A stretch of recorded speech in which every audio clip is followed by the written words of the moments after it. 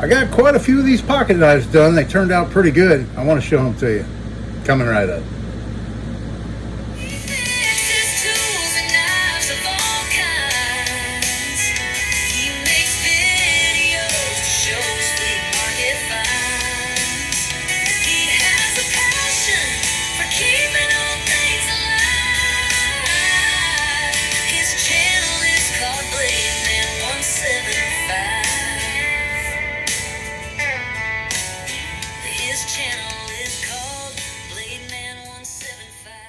Hello everybody, and thanks for coming back for another video. This is Dave.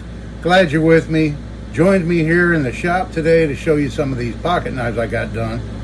I've got a number of them in front of me here that I finished up. So I started with the easiest ones, the ones that just needed a little bit of light cleanup and everything, so I was able to knock those out real quick. So I have one here I'll show you that I spent a little bit more time on in this video, and I think you're going to like it.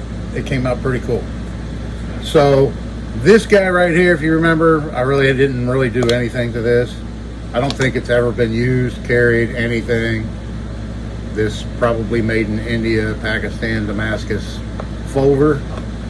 So nothing to see on that one. Really didn't do anything to it. Then we'll go to this guy right here, and I just shined it up a little bit, polished it up.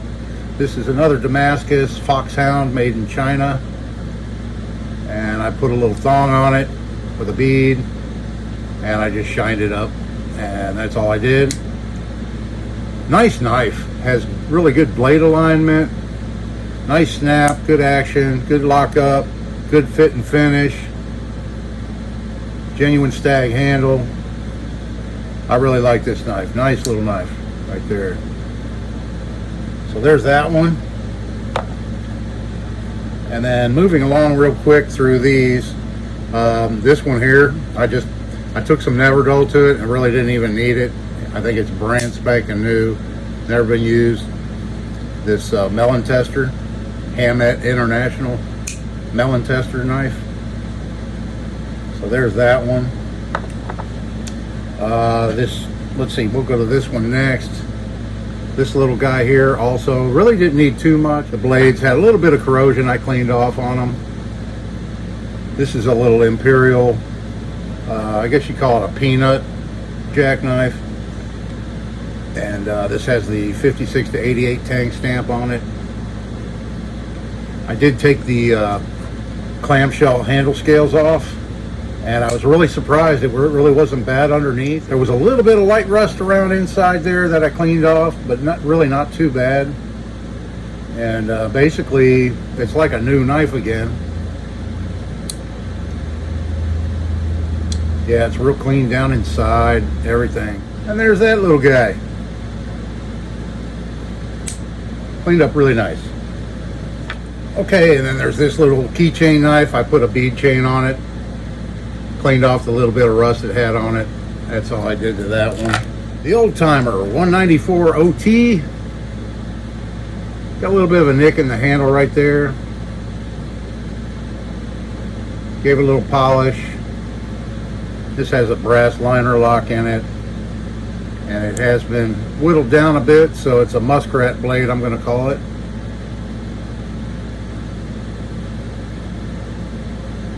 Still a lot of good use in this knife. I haven't put an edge on it on this one yet. Yeah, I haven't done anything with the edge on any of these yet. Well, a couple of them I think I put an edge on. So still have to go back and do that on this one.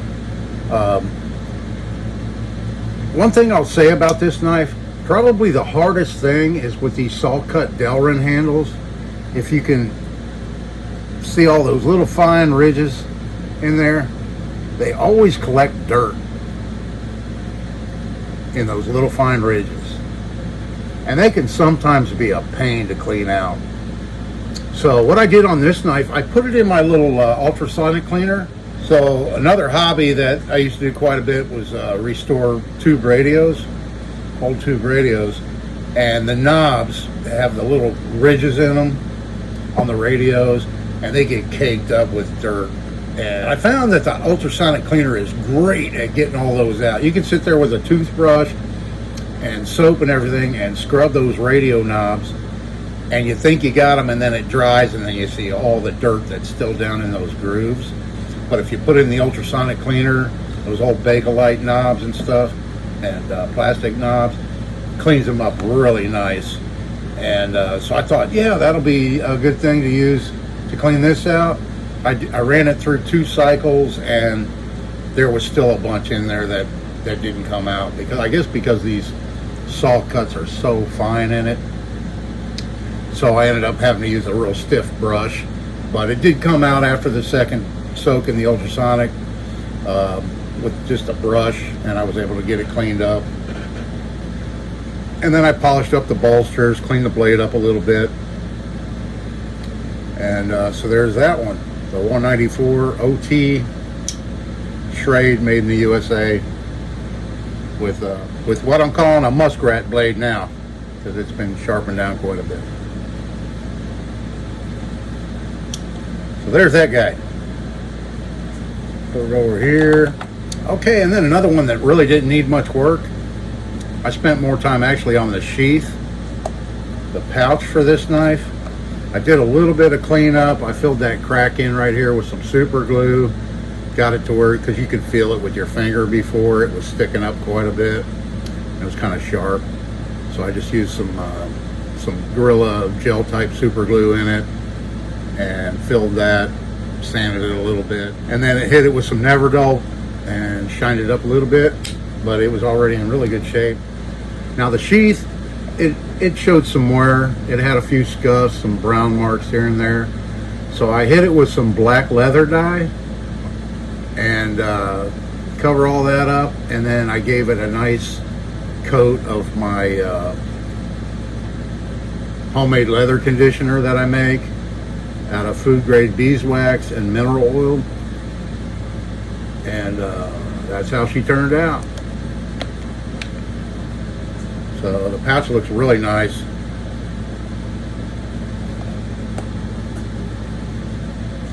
So yeah, didn't have to spend a whole lot of time on this one either. Like I said, just the sheath, and turned out really nice. All right, and then we have this made in Ireland Imperial fixed blade. It didn't need a lot either. The sheath was really dirty, this ballistic nylon sheath. So I put it in the sink with some soap and scrubbed it and got all the dirt that was built up down inside and everything, and got it cleaned up, and then I shined the snap up a little bit, and it has a plastic liner in it. Cleaned it out real good and then dried it really well.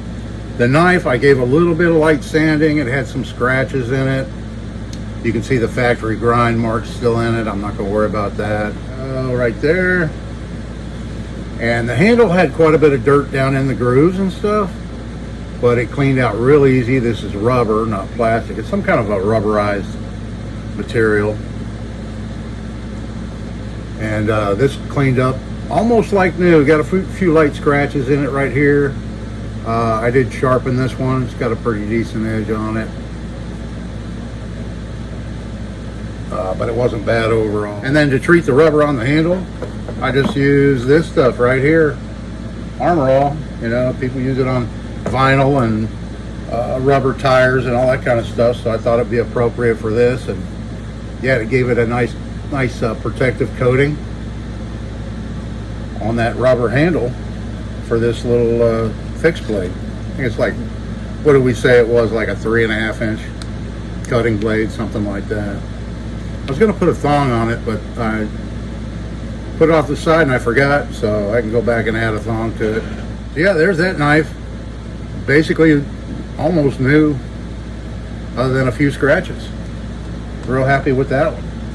And then we have this other Imperial Scout knife. It's the 56 to 88 tank stamp there again, right there. Official Boy Scout knife. Let's see if I can try to get it. There we go. There's that. Didn't have to do a whole lot to this one either. Just a little bit of cleanup down inside. Had a little bit of gunk down inside I cleaned up. And then the scales, they have some light scratches from pocket wear, being thrown in a drawer or whatever. But I really didn't want to sand on them or anything and lose this logo. I hit it with a little bit of Neverdull, and then I put a coat of wax on it, base wax, just to kind of protect it. And the bail had a little bit of corrosion. I kind of cleaned all that off. There's still a little bit here and there. It doesn't look new. It looks kind of vintage. But yeah, real happy with this Boy Scout knife. Cleaned up very nice.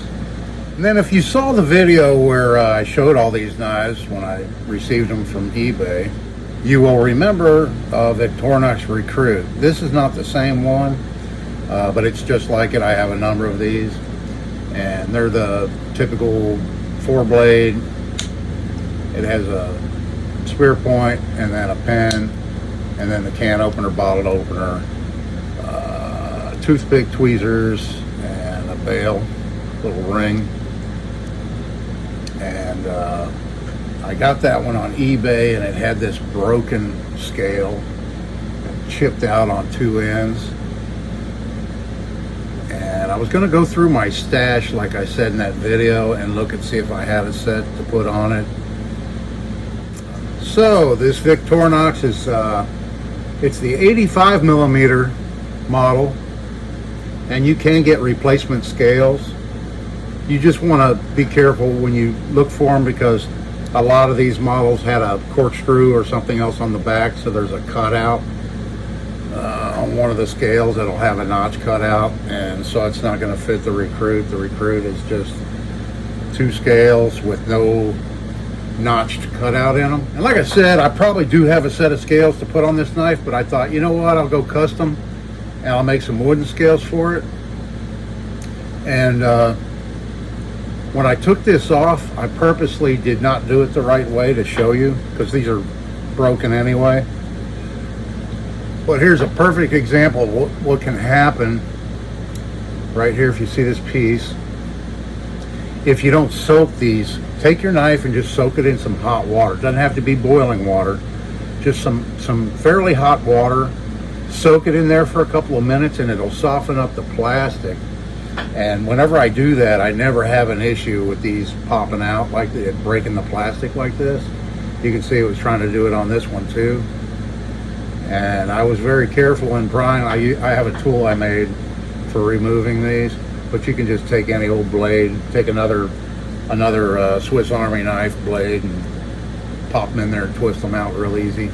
But if you soak them first, yeah, it helps prevent this from happening, because you get it to where it won't retain on those rivets, those pins, and you're going to have to glue them on.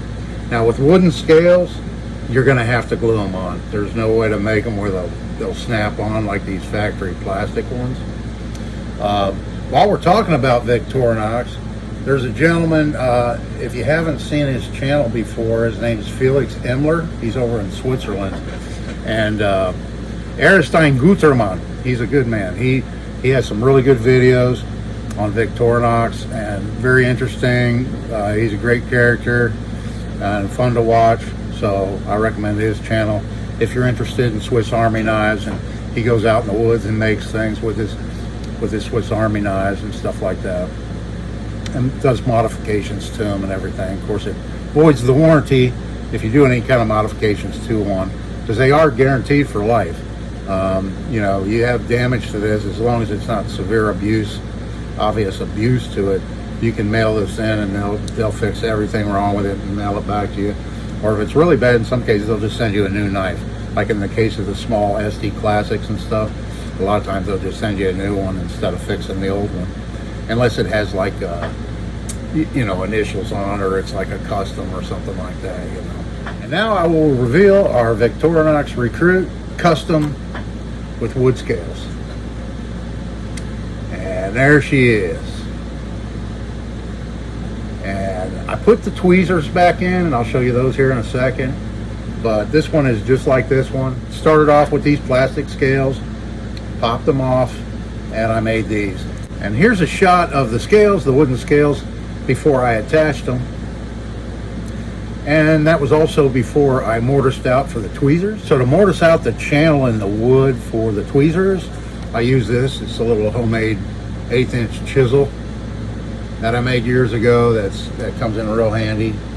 And I use that and a knife, a carving knife, and whittled out that channel for the tweezers. And they fit in there very nicely right here.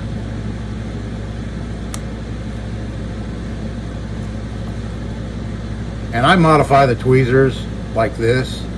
They're normally flat, but they're much better tweezers for getting out splinters and things like that when you just take a little bit of time and make them pointy like that. So, and then the other thing too is, if you look on the plastic scales, you've got this little piece right here, and I just felt like, you know, that's just waiting to break off if it's wood.